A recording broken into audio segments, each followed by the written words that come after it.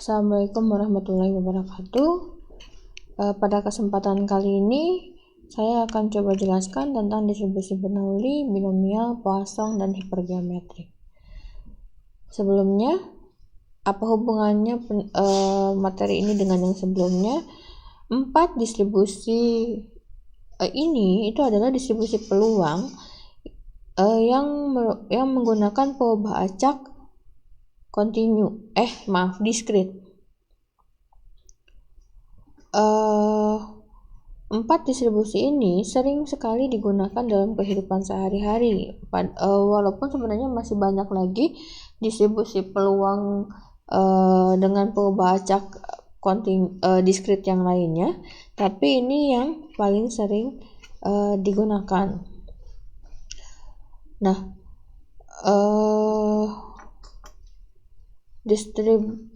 kita langsung masuk aja ya ke distribusi Bernoulli, yaitu distribusi Bernoulli itu adalah jika di dalam percobaan hanya memiliki 2 hasil, yaitu berhasil dan gagal, dengan masing-masing peluang kejadian adalah theta dan 1 min theta.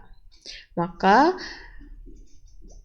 didefinisikan perubahan acak X mempunyai distribusi Bernoulli dan dinyatakan sebagai perubahan acak Bernoulli jika dan hanya jika distribusi peluangnya berbentuk peluang X itu adalah banyaknya sukses dengan peluang suksesnya adalah theta sama dengan theta dipangkatkan X dikali dengan 1 min theta, peluang gagalnya dipangkatkan 1 min X, di mana X-nya itu hanya 0 dan 1. Karena di dalam penelitian dalam distribusi Bernoulli ini hanya untuk 1 kali percobaan gitu. Maka kemungkinannya makanya tadi hanya sukses dan gagal sekali-sekali gitu. Kita langsung masuk ke contohnya saja.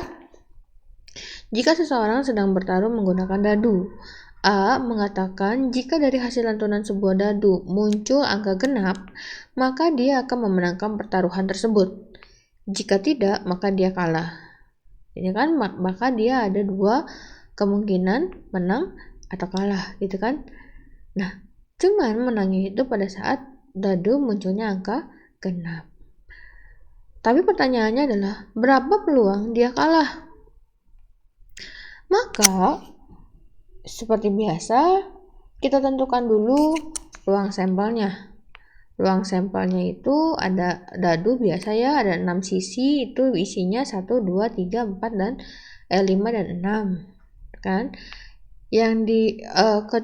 Kemudian saya misalkan A adalah kejadian munculnya angka dadu genap, maka A itu isinya 2, 4 dan 6. Peluang dari A karena titik sampel di ruang sampelnya ada 6 itu maka hasilnya adalah 3 dibagi 6. Ini adalah peluang suksesnya karena misalnya kamu anggap menang itu adalah sukses, menang dalam bertaruh itu adalah sukses, maka itu adalah theta. Karena kamu anggap menangnya itu adalah sukses dan suksesnya itu ketika muncul genap, maka semua yang tidak bernilai genap, X-nya itu akan bernilai sama dengan 0 karena dia tidak muncul genap sama sekali.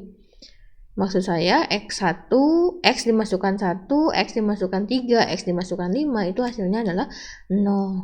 Yang artinya gagal gitu ya. Dan kalau dimasukkan 2 atau 4 atau 6 itu hasilnya 1. Jelas ya di sini daerah hasilnya 0 dan 1. Pastinya ini adalah ciri-ciri perubahan acak yang diskrit. Maka karena yang ditanyanya adalah kalah, maka yang diinginkan itu ketika X-nya sama dengan 0.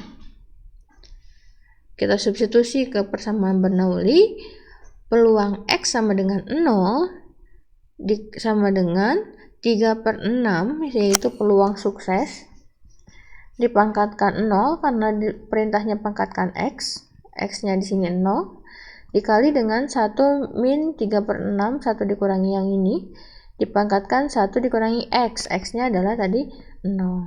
Maka 3/6 dipangkatkan 0, 1, setengah dipangkatkan 1 ya setengah. Maka hasilnya adalah setengah. Misalnya ada yang ini, Bu, ya udah kalau saya mah yang saya cari adalah kemunculan ganjilnya karena saya pengen karena dia pengen yang kalah, ya udah aja konsentrasinya sama yang ganjil. Itu juga nggak ada masalah. Kalau kamu carinya di sini adalah dadu yang ganjil, maka kan peluangnya kebetulan sama-sama aja ya 3/6. Hanya saja ketika yang ininya yang ganjil, maka X di sini yang diisi 1, 3, dan 5 ini yang nilainya 1, yang sisanya adalah isinya 0 gitu. Jadi jangan terbalik ya. Jadi nanti ketika kamu saya mah pengennya ganjil, maka kalah itu ketika ganjil memang kan berarti X-nya sama dengan 1. Nanti di sini peluang suksesnya 3/6 pangkat 1 dikali 1 dikurangi 3/6 dipangkatkan 0 gitu. Hasilnya sama aja sih kalau di sini ya, nggak kelihatan banget gitu karena kebetulan peluangnya sama 3/6. Sebenarnya enggak ya, kalau kalian nanti misalnya mau licik gitu ya, nanti kalau misalnya ini ayo kita taruhan yuk misalnya, kalau muncul angka yang habis dibagi 4 kamu menang, kalau enggak saya menang gitu. Nah itu kan kalau yang habis dibagi 4 itu cuma 1 ya di dadu itu, yaitu angka 4 doang, maka nanti peluang menangnya itu hanya 1/6. Sisanya peluang kemenangannya adalah kekalahannya adalah 5/6. Nah di situ kamu akan bisa merasakan ketika saya megangnya adalah yang dadu yang habis dibagi 4 misalnya, itu yang X-nya sama dengan 1, maka sisanya adalah pangkat 0 yang X-nya 0. Dan nanti pada saat kesini terlihat bagaimana cara mana yang pangkat 0, mana yang pangkat 1 seperti itu. Walaupun nanti hasilnya harusnya sama-sama saja. Ya. Jelas ya? Kita lanjut ke binomial. Nah, percobaan binomial ini dia memiliki ciri-ciri sebagai berikut, yaitu dia merupakan percobaan yang berulang dan tapi identik karena binomial itu sebenarnya percobaan Bernoulli yang diulang. Sehingga karena dia percobaan Bernoulli yang diulang, setiap percobaannya hanya memiliki 2 kemungkinan, yaitu sukses dan gagal. Kalau dari suatu percobaan peluang suksesnya adalah P, maka percobaan yang lainnya pun peluang suksesnya juga harus sama. Gitu, dimana peluang gagalnya adalah 1 min P, karena kan cuma 2 kemungkinan ya, jadi dia saling komplement. Dan syarat yang lain adalah percobaan antara yang satu dengan yang lainnya itu adalah kejadian saling bebas. Gitu, tidak ada yang saling menentukan antara percobaan satu dengan percobaan yang lainnya. Karena di sini banyaknya percobaan adalah N, maka kejadian sukses itu mulai dari 0, 1, sampai N yang bisa kalian pilih. Jadi kan gak mungkin juga ya misalnya saya nyobain 10 kali percobaan, tapi yang ditanyakan berapa peluang saya sukses 50 kali gitu. Itu yang 40 kalinya kemana gitu kan, gak mungkin terjadi. Ya. Nah, untuk menghitungnya, peluangnya adalah peluang banyaknya sukses sebanyak K itu adalah kombinasi dari banyaknya percobaan dengan K dikalikan peluang sukses pangkat K dikalikan Q peluang gagal pangkat N min K. Kenapa pakai kombinasi? Pakai kombinasi itu kan sudah jelas ya, kombinasi itu berarti dia tidak memperhatikan urutan. Maka ketika saya nanya dari 10 saya pengen suksesnya 2, maka kan saya nggak peduli suksesnya itu apakah pada saat di awal dan di akhir jadinya 2, apakah suksesnya berurut di awal, sukses sisanya gagal gitu, atau sukses gagal sukses sisanya gagal gitu. Nah itu saya nggak peduli urutannya, yang penting saya sukses 2 kali gitu. Maka karena saya tidak memperhatikan urutan, maka di sini yang digunakan adalah kombinasi gitu ya. Untuk sisanya yang ke belakangnya sih sama-sama kayak Bernoulli ya. Cuman karena percobaannya ada N, makanya di situ ada K sama N min K gitu. Kalau yang di bawahnya ini kombinasi, masih ingat kan ya? Kombinasi dari N benda berlainan mau disusun sebanyak K, diambil sebanyak K, maka N faktorial dibagi K faktorial dikali N min K faktorial. Dimana N faktorialnya itu adalah N dikali N min 1 kali N min 2 sampai kali 3 kali 2 kali 1. Yang artinya kalau saya punya 5 faktorial itu sama dengan 5 kali 4 kali 3 kali 2 kali 1. Kamu hitung gitu. Seperti itu. Kalau punya 3 faktorial ya 3 kali 2 kali 1. Jadi 6 gitu. 3 faktorial itu 6 sama dengan 6. Nah, tapi di sini didefinisikan bahwa kalau 0 faktorial itu sama dengan 1. Ya. Jadi jangan takut ketemu 0. Difaktorialkan maka hasilnya adalah 1. Oke, kita lihat contohnya. Di sini saya punya hasil penelitian ceritanya ya, ini hanya karangan saya doang. Jika seseorang terkena virus, kemudian ada orang yang menjenguknya, dari 5 orang yang menjenguk, itu 3 orang juga akan terpapar virusnya. Z sedang sakit, misalnya, dikarenakan terpapar virus A. Jika yang datang menjenguk Z ada sebanyak 10 orang, berapa peluang paling sedikit 2 orang akan terpapar virus A-nya?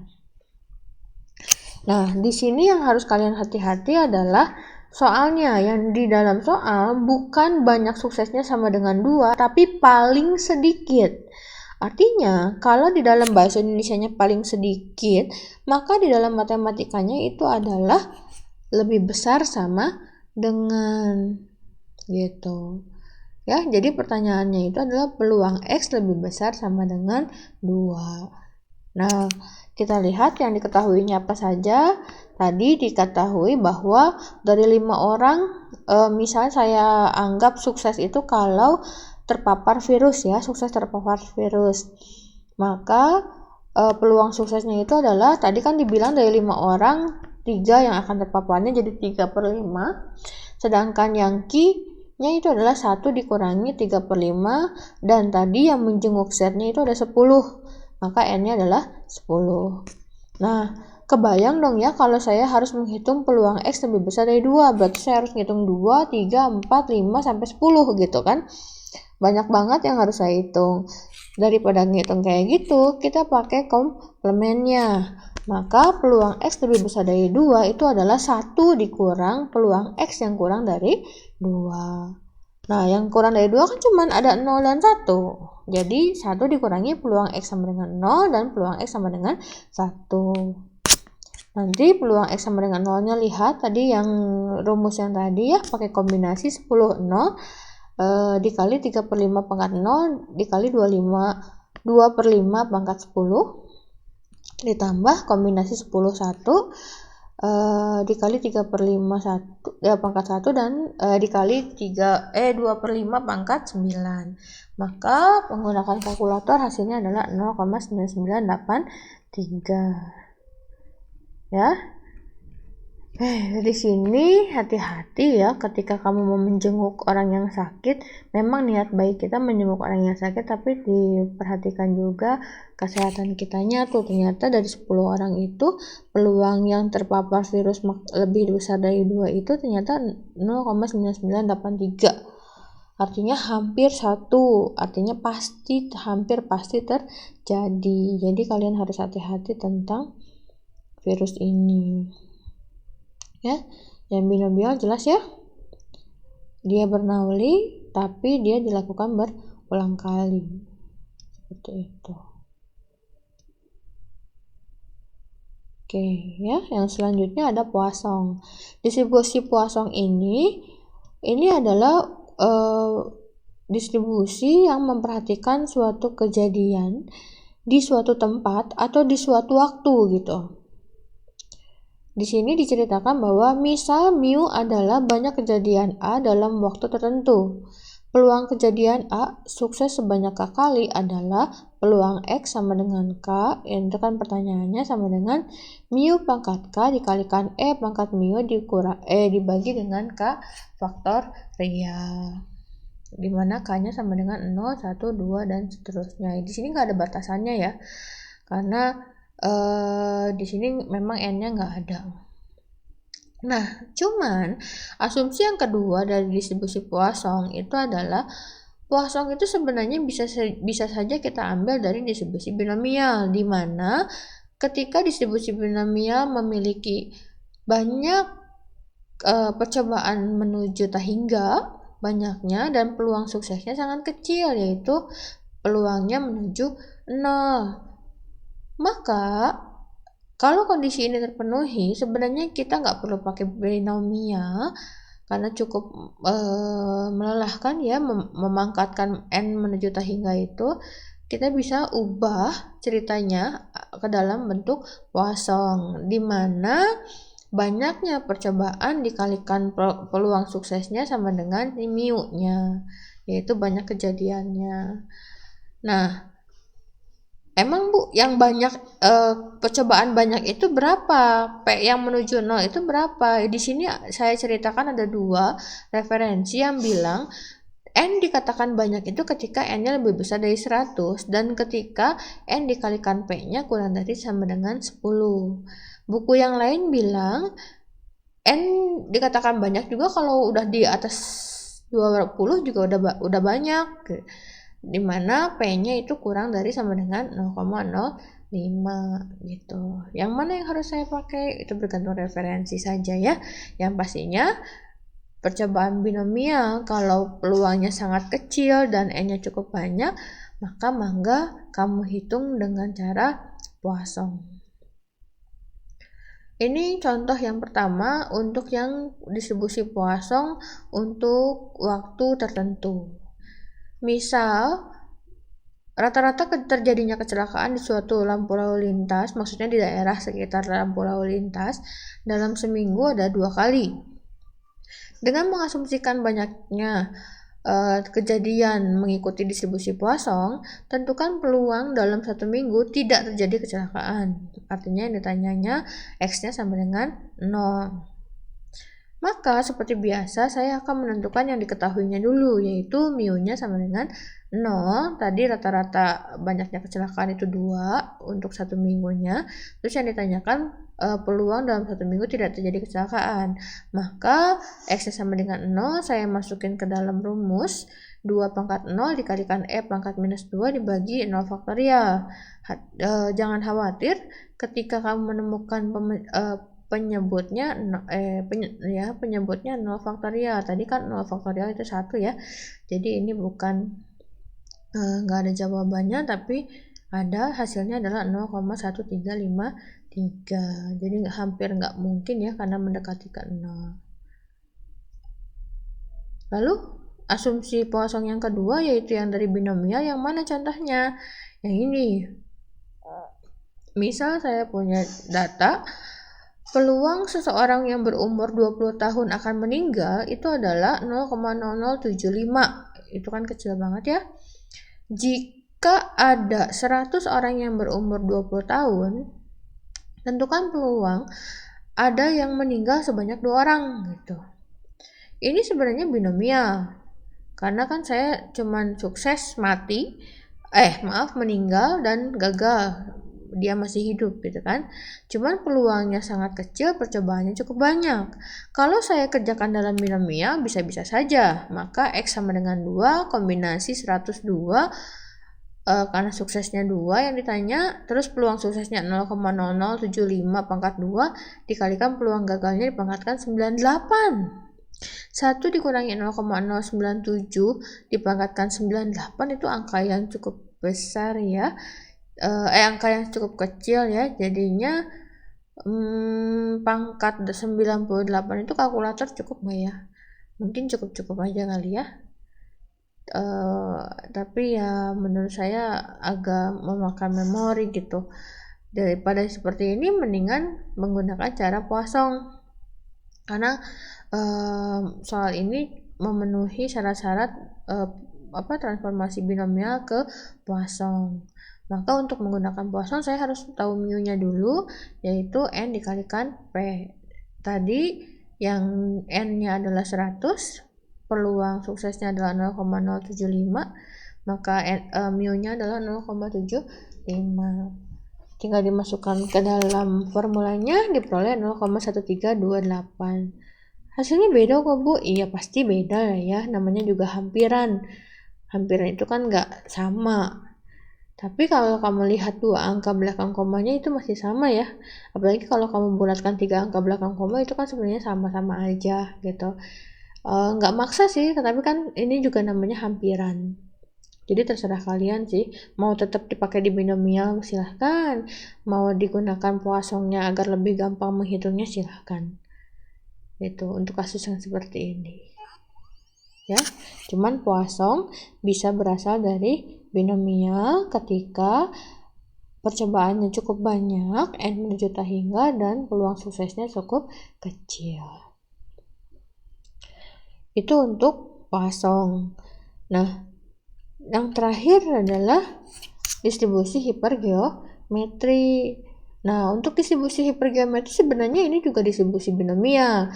Hanya saja yang dilihat di sini adalah peluang kejadian yang diamati gitu. Namanya proporsi gitu. Sama sih ceritanya sukses dan gagal, hanya saja di sini ada cerita dimulai dari populasi. Populasinya misalnya berukuran n, kemudian kejadian suksesnya ada sebanyak m, maka kejadian gagalnya itu adalah n dikurangi m. Kebalik, n dikurangi m. Ya. Populasinya dikurangi yang suksesnya. Nah, kemudian dari populasi tersebut diambil sebanyak n sampel, n kecil sampel. Berapa peluang sukses sebanyak K? Maka seperti biasa, pastinya saya tidak butuh tahu suksesnya itu kapan. Jadi mau suksesnya, kalau misalnya ditanya peluang suksesnya 2 itu saya nggak perlu tahu 2-nya itu di mana, di awal di akhir K, atau 2 di awal K, atau 2 di tengah K, saya nggak peduli, makanya pakai kombinasi ya. Di sini kombinasi MK dikali kombinasi N min M, diambil N min K, dibagi dengan kombinasi N kapital diambil N kecil. Nah, di sini juga ada syarat bahwa dia akan jadi hipergeometri ketika N kecil dibagi N kapital itu lebih besar sama dengan 0,05. Di sini juga dikasih catatan bahwa tadi sudah dikatakan bahwa ini adalah percobaan binomial, yang artinya antara satu percobaan dengan percobaan yang lainnya itu harus saling bebas, dan dia hanya memperhatikan peluang sukses dan gagalnya saja. Kita lihat contohnya aja langsung ya. Misal saya punya populasinya 12 orang. Diketahui diantaranya ada 6 perempuan. Lalu akan saya pilih secara acak sebanyak 4 orang. Berapa peluang terpilihnya 2 perempuan? Maka dari situ yang diketahuinya jelas N kapitalnya adalah 12. Ketika saya anggap suksesnya itu adalah terpilih perempuan, maka M sama dengan 6. Dan sampelnya adalah 4. Yang dianggap ditanyakannya ketika peluang suksesnya adalah 2. Maka semuanya sudah ada, tinggal disubstitusi, ternyata diperoleh 5/11. Ya. Jadi distribusi peluang yang sudah terkenal ini ya sama aja kok Bu sama yang kemarin. Ya memang sama aja gitu. Cuman di sini itu kalian tidak perlu lagi membangun si tabelnya, membangun grafiknya, membangun fungsinya. Kalian hanya tinggal mencocokkan kira-kira percobaan kalian itu cocoknya yang mana gitu. Jadi nggak harus lagi buat tabel-tabel lagi gitu, karena di sini udah ada rumusnya. Itu sih ya. Sekian penjelasan yang tentang distribusi peluang boba acak diskrit. Jika ada yang menanyakan, mangga silahkan diajukan di grup kelasnya masing-masing. Assalamualaikum warahmatullahi wabarakatuh.